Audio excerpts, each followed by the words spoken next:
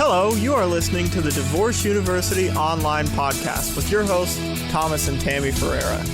Hey guys, this is Tammy. I am back with you. You can probably hear that I am still a little bit raspy. The podcast will release a day late this week because we're trying to give my voice a little extra time to recover.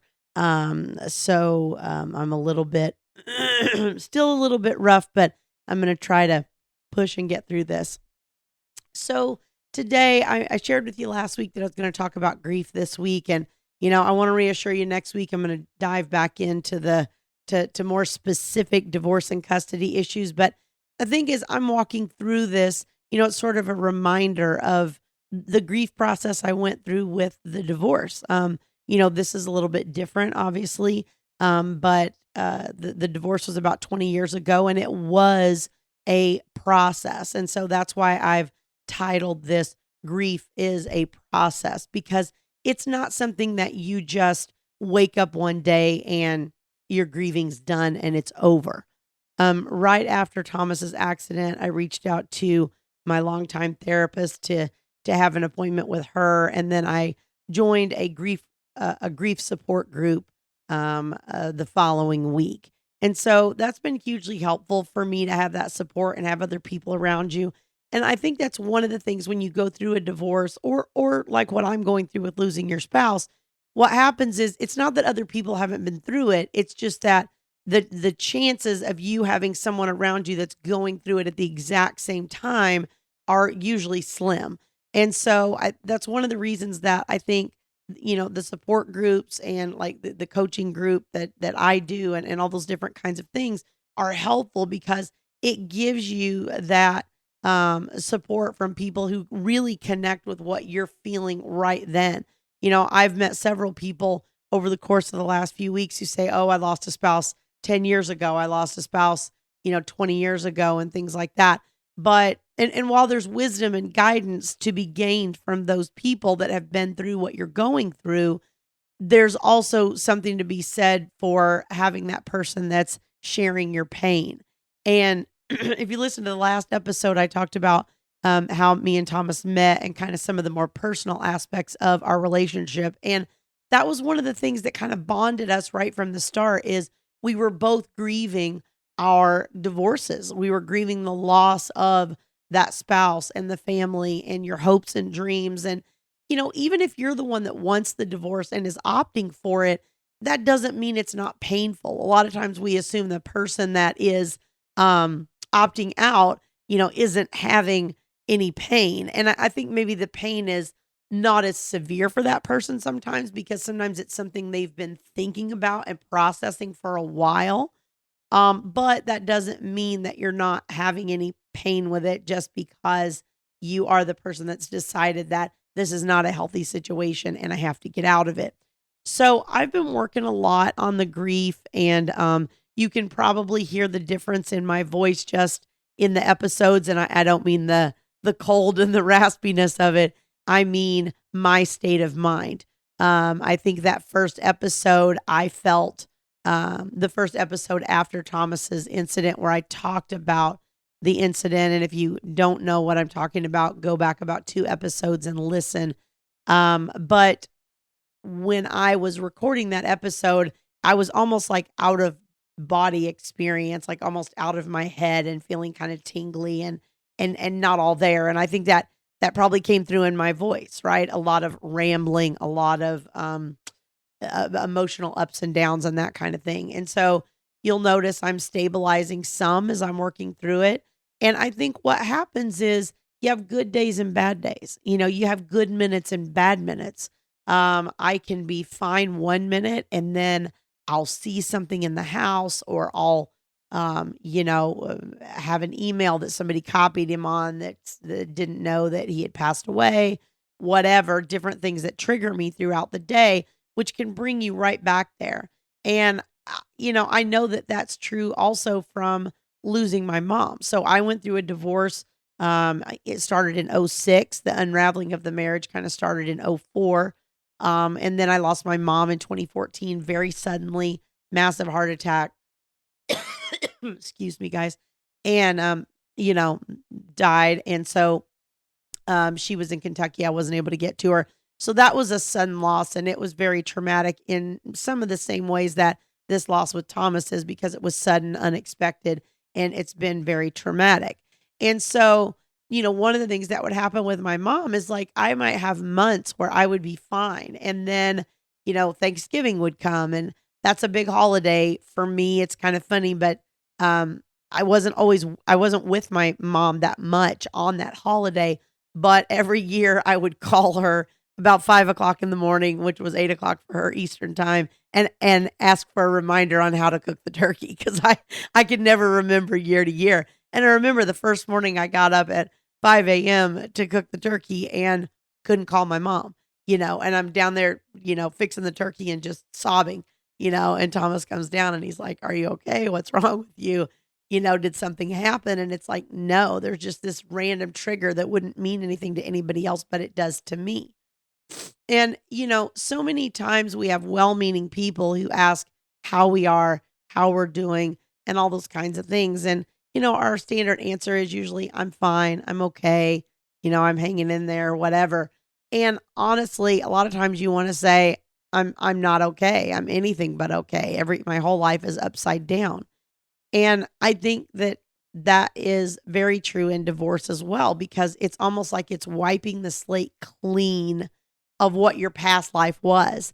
And now you're kind of taking those ashes and trying to move forward and build a new life that you have no idea what it's going to look like. Right. And that's the same state I'm in right now with having lost Thomas. And so as I'm working through this, I think the things that I want to share is, first of all, we all grieve in our own way. Right. The loss of the divorce, the loss of the relationship with my first husband, and then the loss of my mother, and now the loss of Thomas, those all feel different to me because those are different relationships. Sometimes people lose a spouse, but the marriage wasn't in a great state. And sometimes you can, have some relief that maybe you're not having the conflict, you're not having other things, but you also have regrets because the relationship wasn't good. I'm in a place where that relationship was really good. I don't have any regrets along that lines.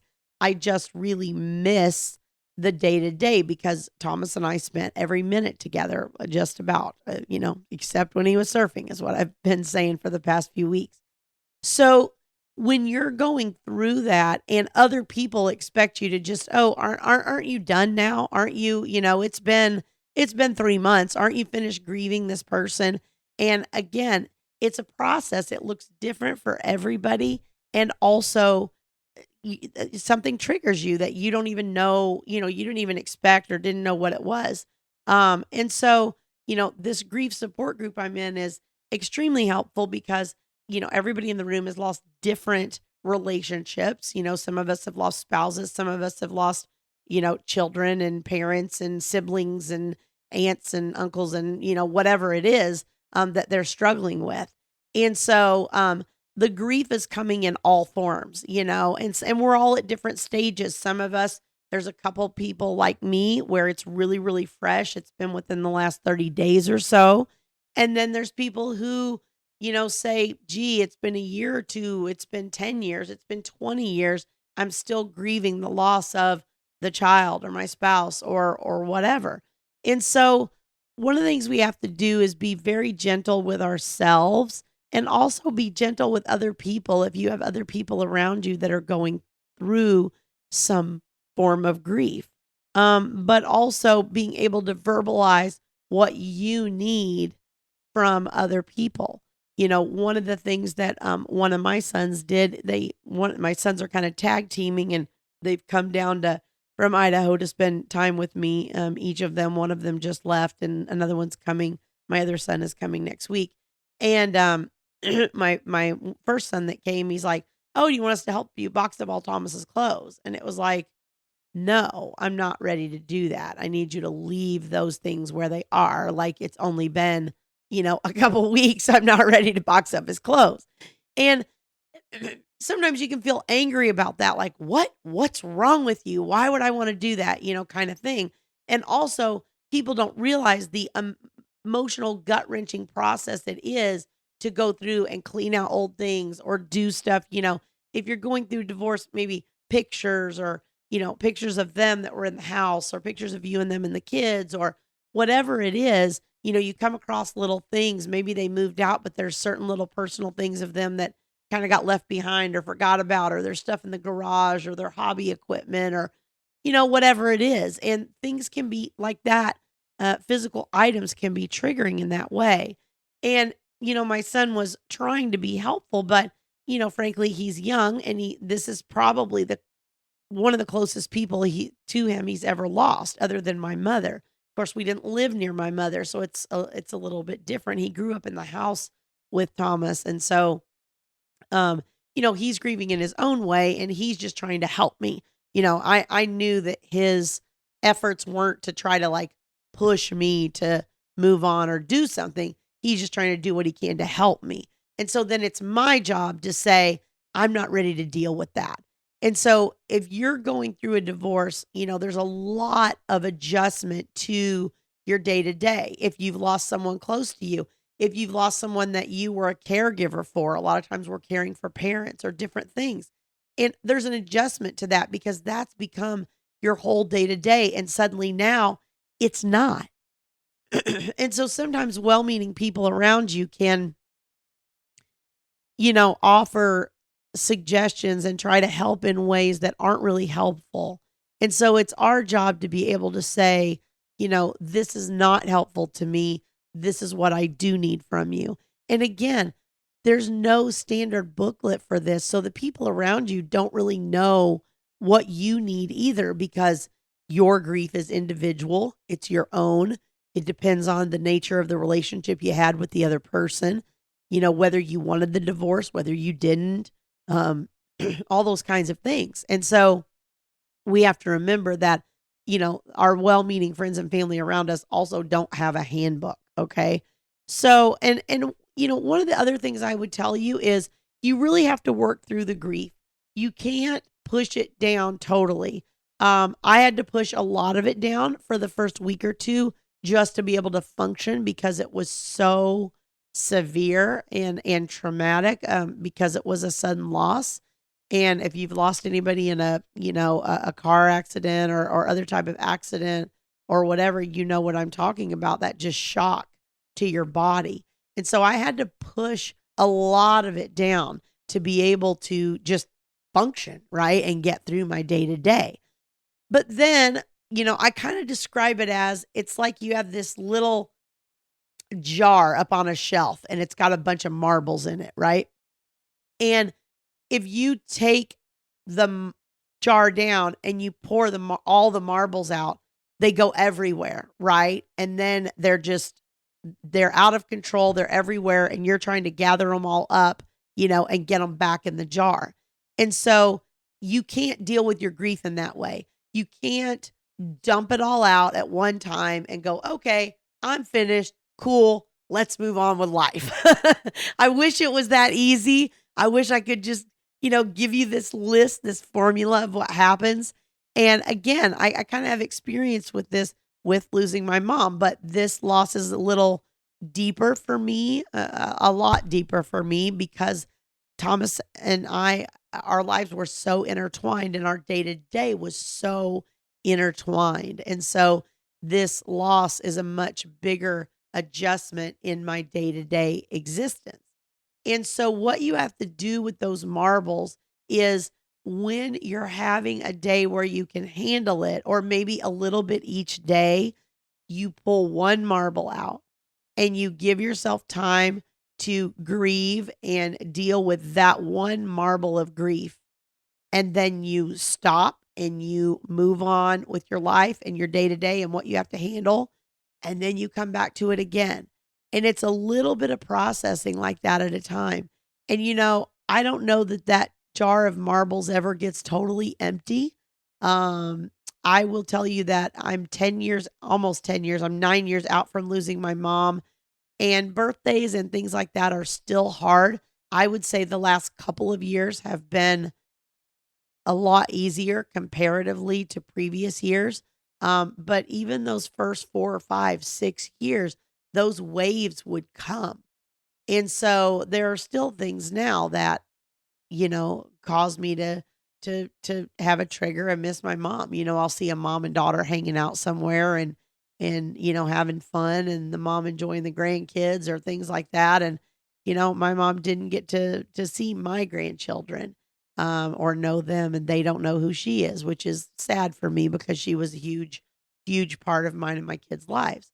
So I know with Thomas that I'm going to have to process this a little at a time. And I have good days and bad days. This weekend was really hard for me.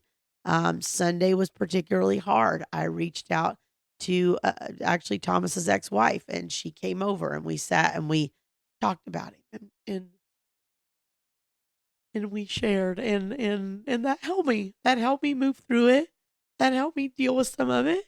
And the last couple of days have been a little bit better days for me. Haven't been quite as hard. But if you try to stuff that down all the time, it becomes this explosion. And then it comes out in different forms. You take it out in anger on your kids, or, your parents, or the people closest to you, or your friends. And so you have to give yourself the ability to process that. And like I said, we don't always think of divorce as something that is filled with grief, but it is. And if you've heard me talk about this, I say I was a puddle on my bathroom floor. I mean, I literally was a crumpled heap. I would go into the toilet closet and lay on the floor of it with my dog and a pillow and a blanket, because that four walls all touching me is the only thing that made me feel like secure. So it was really hard. And then emotionally, I was in a much different place. I was younger. I had the responsibility of two kids. There's certain things in this that are easier with losing Thomas. I'm older. I'm more confident. My kids are grown. I really only have to take care of myself, which is, a little bit less daunting of a task. But also, this relationship was a good one. So I'm grieving in ways with this that I didn't so much with the divorce. I will tell you two things that are one thing in each of those situations that mirror each other. And that is a huge loss of my identity, right? My identity in my first marriage was as a wife, a mother, and those types of things. And then with Thomas, obviously a wife. I'm still a mother. I'm not a mother to his children, but I'm also a stepmother to his children. And then our business identity, our what's out there in the world, right, is me and him, Thomas and Tammy. I mean, that was part of my identity. And so I've lost half of it, and so those types of things are the things that sort of stick with you, that take time, that you can't fix overnight. You've just got to learn a new normal. And so as I've worked through my grief support group, and we have a workbook and all that kind of thing, one of the things I came across on the internet was a lady that writes poetry. Now, I will preface this by saying I'm not into poetry at all. I never read poetry. I've never purchased a book on poetry. I've never written poetry. I would never go to like a poetry reading. Like, that's just not something I'm into, that kind of abstract sort of thinking. I tend to be very direct and linear, and the creative part of it just isn't something that sort of resonates with me. It's interesting because on my side of the bed in our room, I have a picture that hangs there. It's been there for years, and in the corner is a wedding picture of me looking at Thomas. So it's like the back of Thomas's head and me looking at him. And it's from our first anniversary. Thomas took that wedding picture, had it put in a frame, and wrote a poem and framed it for me. And that was my gift on our first wedding anniversary. And that hangs on my side of the bed. When I open my eyes in the morning, it's on the wall there, and it's the first thing I see. So Thomas was really good at that, and really creative in those ways, and musically and talented, but me not so much. But I stumbled across this author named Becky Hemsley, and there's a book called When I Am Gone. Now, I ordered this on Amazon, and it's a hard copy. You can't order it on Kindle, unfortunately, because I'd love to be able to have it with me all the time. But it's called Poems for Times of Loss and Grief. And every single one of these poems hits home for me in some way. It's like she took the ball of grief and she turned it and looked at it from every angle and direction and wrote a different poem about each angle. And so, again, it's comforting to know that somebody else relates to how you feel and can put into words what you're trying to say. And so on her website, she has about 4 or 5 excerpts from this book that you can actually download and look at. And there were like 5 of them, and every single one of them resonated with me. And I was like, I have to buy this book. And so her website is beckyhemsley.com. And so I'm going to read you one of the poems that is the one of the ones that is listed on her website. So you'll be able to go out and download it and read it yourself. And I'm going to try to get through this without crying. Okay. I'm going to try to disconnect as much as I can and get through this without crying. It's called After Party. And this is one of the ones that resonated with me a lot. I held a party the other week and grief came. She wasn't invited, but she came anyway, barged her way in through the door and settled down like she was here to stay. And then she introduced me to the friends she'd brought with her: anger, fear, frustration, guilt, hopelessness. And they sang in the loudest voices, took up space in the corner of every room, and spoke over anyone else that tried to talk. They made it messy and loud and uncomfortable, but finally they left. And long afterwards, when I was all alone, I realized there was still someone here, quietly clearing up after the rest. I asked who she was, and she told me Love. And I assumed that's why she looked familiar, because I had met her before. Or perhaps, she said, it's because I've been here the whole time. And I was confused then because I hadn't seen her all evening. But when I looked more closely, when I looked into her eyes, I realized quietly that she had been there all the time. She had just been dressed as grief. And so, obviously, the idea of that is that the grief is so overwhelming and blocks us so much that we can tend to forget the good parts, right? The love we shared, the love Thomas and I shared, and the memories we have and the things that we did together. That's the stuff that when you sit down and think about it, it's hard because it's gut wrenching, right? And it makes you feel more vulnerable and it's difficult. And so I can't stay in that place all the time. I have to be strong. I have to move through my life, but I do have to take the moments to appreciate what Thomas and I had together and the time I did have with him and how much better my life is now than it was when I met him 17 years ago because of all the things that he's done and all the ways he's impacted mine and my kids and his kids' lives and that legacy that he's left us with. And, even if you're going through divorce and, you're in a state where you sometimes grieve some of those things, it's easy for us to cover that over with anger and frustration and all those feelings towards the other person. And a lot of times those feelings give you the strength to pick up and move on with your life. But you also have to take time to grieve that relationship and grieve the good things about it, because there had to be some good things, right? At least 1 or 2. And so you have to give yourself time to process that, because if you don't, what happens is you run out, you try to get a new relationship, or you drink too much, or you use drugs, or you overeat, or whatever your, thing of choice is. And you start to self-destruct and do more harm to yourself than good. So you have to make it okay for yourself to grieve, and you have to be able to ask other people for what you need from them. Okay, so that's my wisdom thus far here, about 3.5 weeks in on this tragedy. So again, next week I'm gonna jump back to the divorce and child custody issues. I think what I'd like to do in moving forward in format is I'd like to have you guys email me any questions. I'd like to be able to take some viewer questions and kind of connect with you guys more personally on specific topics that you're struggling with. So you have a question or something you'd like me to talk about on the podcast, please email me. My email is Tammy, Tammy, at divorceuniversityonline.com. Okay, so send me those. I'll be happy to hear from you. If you are listening to us in iTunes or Stitcher or Spotify or any of those places, please don't forget to rate and review us and also subscribe so you get notified as new episodes come out each week.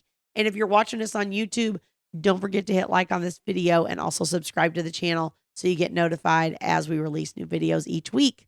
Thanks for joining me. I'll see y'all next week. Thank you for listening to the Divorce University online podcast with your hosts, Thomas and Tammy Ferreira.